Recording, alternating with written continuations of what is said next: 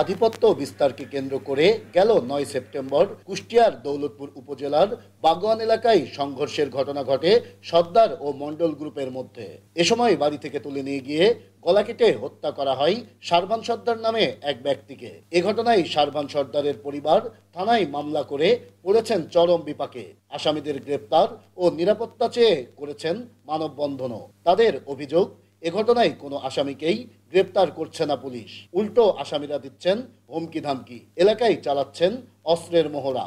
এতে চরম আতঙ্কে দিন কাটাচ্ছেন তারা। পুলিশের সহযোগিতায় আমার বাবাকে ওরা আমাদের বাসাতে নিয়ে গেছে, নিয়ে যাই নৃশংসভাবে আস্থানা জঙ্গলে আমার বাবাকে হত্যা করছে। আমি গেছিলাম, কিন্তু তারা বলছে মামলা নিব না।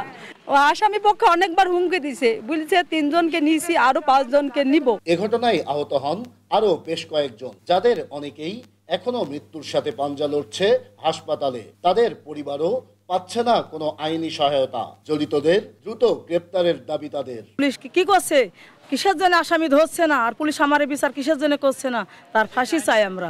পুলিশ তো কোনো আসামি ধরে নাই, বরঞ্চ সেই আসামি আমাদেরকে হুমকি দিচ্ছে যে এখনো ৫ জনকে নিব। তবে সব অভিযোগ অস্বীকার করে দৌলতপুর থানার ভারপ্রাপ্ত কর্মকর্তা বলছেন, আসামিদের গ্রেপ্তারে অভিযান অব্যাহত রেখেছেন তারা। যেহেতু সীমান্তবর্তী এলাকা এবং থানার এরিয়াটা অনেক বড়, আসামি আমরা এখন পাচ্ছি না, আমাদের চেষ্টা অব্যাহত আছে। এ ঘটনার ৭ দিন পেরিয়ে গেলেও এখনো আতঙ্ক কাটেনি এলাকায়। স্বাভাবিক পরিবেশ ফিরিয়ে আনতে দ্রুত আসামিদের গ্রেপ্তারের দাবি স্থানীয়দের। নাইদা সান্তিতাস, দেশ টিভি, কুষ্টিয়া।